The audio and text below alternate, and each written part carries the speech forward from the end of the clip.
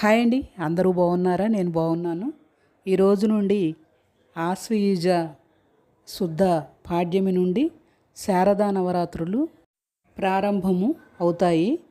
ఈరోజు మొదటి రోజు అలంకారము శ్రీ బాలా త్రిపుర సుందరి దేవి ఇంద్రకీలాద్రి మీద అమ్మవారి అలంకారము. ఈరోజు ఆశ్వయుజ శుద్ధ పాడ్యమి. నవరాత్రుల ఉత్సవాలలో మొదటి రోజు దుర్గమ్మ ఈసారి బాలాలమ్మ అవతారము వేశారు. బాలా త్రిపుర సుందరిగా దర్శనమిస్తుంది అమ్మవారు. త్రిపురుని భార్య త్రిపుర సుందరీదేవి అంటే ఈశ్వరుడి భార్య అయిన గౌరీదేవి అని అర్థము. మనస్సు, బుద్ధి, చిత్తం, అహంకారం బాలా త్రిపుర సుందరీదేవి అధీనంలో ఉంటాయి. అభయహస్తముద్రతో అక్షమాల ధరించిన ఈమెను ఆరాధిస్తే మనోవికారాలు తొలగుతాయి, నిత్య సంతోషం కలుగుతుంది.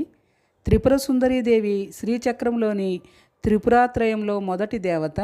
షోడశ విద్యకు ఈమె అధిష్టాన దేవత కాబట్టి ఉపాసకులు త్రిపుర సుందరీదేవి అనుగ్రహం కోసము బాలార్చన చేస్తారు. అసలు బాలా త్రిపుర నామమే పరమ పవిత్రమైన నామము. త్రిపుర సుందరి అని అమ్మని పిలవడంలో ఒక రహస్యము ఉంది.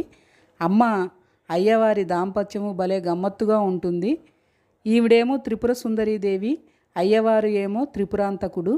ఆది దంపతులు ఇద్దరు, వారి తత్వము కూడా అటువంటిదే.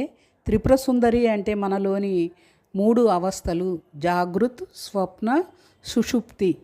ఈ 3 అవస్థలు లేదా పురములకు బాల అధిష్టాన దేవత ఈ అమ్మవారు.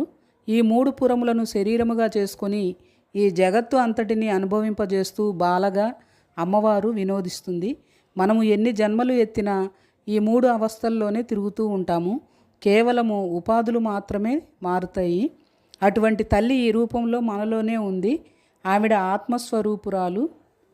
ఈ బాలా త్రిపుర సుందరీదేవిని పూజిస్తే జ్ఞానము కలిగి తానే శివస్వరూపముతో చైతన్యము ప్రసాదించి మోక్షమునకు అనగా పరబ్రహ్మతత్వం వైపు నడిపిస్తుంది ఈ కరుణామయి. సత్సంతానాన్ని అనుగ్రహించే దేవతగా త్రిపుర సుందరీదేవి భక్తుల పూజలు అందుకుంటుంది.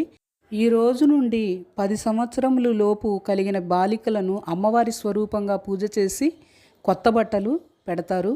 అమ్మవారికి ఈరోజు పాయసం నివేదన చేయాలి. అందరికీ శరన్నవరాత్రి ప్రారంభ శుభాకాంక్షలు. ఓం శ్రీమాత్రే నమః. ఓం బాలా త్రిపుర సుందర్యై నమః.